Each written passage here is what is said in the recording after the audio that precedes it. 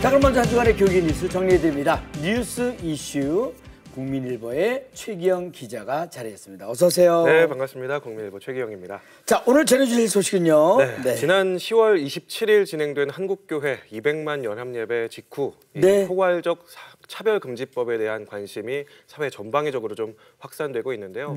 최근에는 이 대중들에게 큰 영향력을 미치는 유명 강사들까지 차금법 반대 물결에 동참을 하고 있습니다.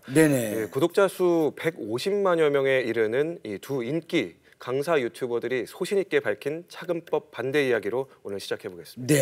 연합예배 이후에 차별금지법에 대한 관심이 이어지고 있다고 하는데 많이 알려진 유명 강사들까지 나서서 차별금지법에 대한 의견을 이제 밝혔다고 하는 거잖아요. 맞습니다. 두 주인공은 공부의 신이라고 불리는 강성태 공신닷컴 대표 그리고 한국사 일타 강사로 불리는 전한길 강사입니다.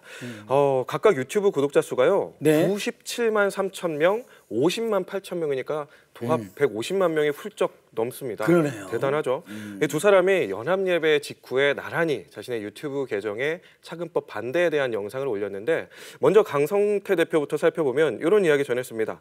공신닷컴 수강생한테 이메일을 받았는데 이 차금법 때문에 이력서에 대학원 학력도 못 쓰게 생겼다라고 이야기를 하면서 학력 대신에 기입하게 되는 스펙은 다른 사람들이 대놓고 도와줄 수도 있는 부분이다. 그리고 면접은 주관적인 요소가 꽤 많이 반영된다. 이러면서 결국에 이 채용 과정에 학력을 반영하지 않으면 스펙 경쟁이 훨씬 치열해진다고 지적을 했는데요. 오스트리아의 철학자 칼 포퍼의 말도 인용을 합니다. 이게 어떤 이야기였냐면 지상에 천국을 건설하려는 시도가 늘 지옥을 만들어낸다. 이 말을 언급하면서 대책 없이 정치적인 이상만 줬다가 죄 없는 학생들이 고생하지 않도록 이 정치인들이 현실을 좀 고려해달라라고 호소를 전했습니다.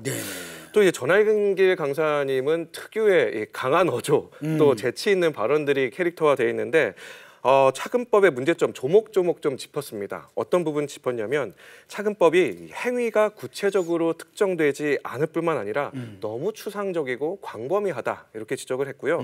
이성애자, 동성애자 모두 존중받아야 마땅하지만 표현의 자유를 법으로 강제로 규제하는 것은 오히려 역차별을 이르기 때문에 자기는 엄청난 문제를 초래할 수 있는 이 차별금지법을 반대한다라고 설명을 했습니다. 그렇군요. 사실 말이죠. 인지도가 높은 분들이 이렇게 공개적으로 반대 목소리를 냈을 때 혹시라도 여러 불이익이 이제 발생할 수 있을 텐데 그것을 감내하고도 이제 소신 발언을 했다는 건데 그렇죠? 여기에 대한 반응은 어떻습니까? 영상 공개된 후에 댓글들에는 이들의 소신 있는 발언을 응원하는 댓글이 좀 이어졌습니다. 살펴보니까요. 현직 고등학교에 재직 중이신 교사분이 이런 댓글 남겼습니다. 차금법 절대 반대한다. 제발 우리나라 우리 애들 좀 지키자. 선진국의 정책이 꼭 바른 것은 아니다. 그리고 이제 옳은 목소리를 내주셔서 감사하다. 기독교인이 아니지만 이 법은 꼭 반대하고 막아야 된다고 생각한다라는 댓글도 눈에 띄었고요. 캐나다에 거주하는 한 구독자는 이렇게 댓글 남겼습니다. 현재 캐나다의 상황 너무 심각하다. 부모와 아이를 동의 없이 분리하고 있다. 부디 한국은 차금법 시행을 꼭 막아달라고 전했습니다. 전한길 강사는 차금법은 정치나 이념, 종교 등을 떠나서 심각한 사회적인 혼란을 초래할 수 있기 때문에 자기는 계속 반대해 나갈 것이라고 밝혔고요. 현재 차금법 강의 2탄을 준비하고 있다고 전했습니다. 알겠습니다. 차별금지법에 대한 사회적 반응이 다시 뜨거워지고 있습니다. 부디 건강한 하나님의 질서가 이 땅 가운데 이루어질 수 있기를 바라봅니다. 다음 소식 듣겠습니다. 올해 역대급 무더위를 겪은 이 대한민국 국민들한테 그랬죠. 또 떨리는 소식들이 있습니다. 역대급 강추위가 찾아오는 소식입니다. 어떻게 하면 좋은가? 이 소식 대한민국 국민들도 사실 적응하기 어려운데 해외에서 오신 다른 문화권에서 온 이주 노동자들한테는 또 얼마나 힘들겠습니까? 두 번째 소식은 이주민과 다문화 가정들을 위한 한국교회의 따뜻한 겨울나기 섬김 소식입니다. 그렇지 않아도 말이죠. 최근에 기온이 영하권으로 이렇게 떨어지면서 겨울나기에 어려움을 겪는 분들이 많이 계실 텐데 고민도 한층 깊어지지 않을까 생각을 했었는데 어떤 현장이었습니까? 최근에 저희 취재진이 찾아간 경기도 고양의 한 교회 한 공간에 이런 문구가 걸려 있습니다. 경기도 고양. 모든 물건 5개에 2,000원.